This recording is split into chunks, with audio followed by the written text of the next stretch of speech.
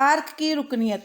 SAARC ایک تنظیم کا نام ہے اور سارک ایبریویشن ہے ساؤتھ ایشین ایسوسی ایشن فار ریجنل کوآپریشن۔ سارک کی تنظیم ایک ایسی تنظیم ہے جو 1985 کو قائم ہوئی اور اس سارک کا بنیادی مقصد سارک میں شامل جو ممالک ہیں ان کے درمیان باہمی تعاون کو بڑھانا ہے۔ اس کے علاوہ اسٹوڈنٹس جوہری مراکز پر حملہ نہ کرنے کا معاہدہ۔ 1988 میں سارک کانفرنس کے موقع پر پاکستان اور بھارت کے وزرائے اعظم بینظیر بھٹو اور راجیو گاندھی کے درمیان مذاکرات ہوئے اور جس میں یہ معاہدہ طے پایا کہ دونوں ممالک جو ہیں وہ ایک دوسرے کے جوہری مراکز پر حملہ نہ کرنے کے پابند ہوں گے۔ تعلقات میں بہتری۔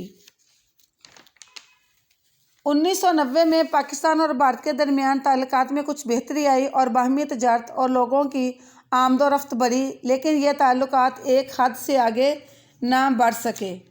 اعلان لاہور۔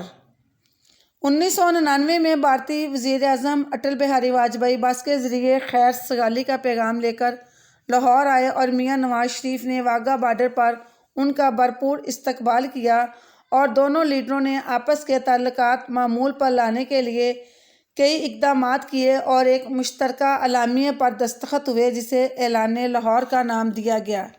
کارگل پر لشکر کشی۔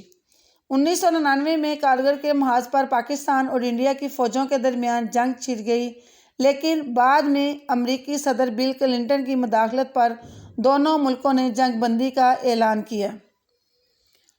آگرہ کانفرنس 2001۔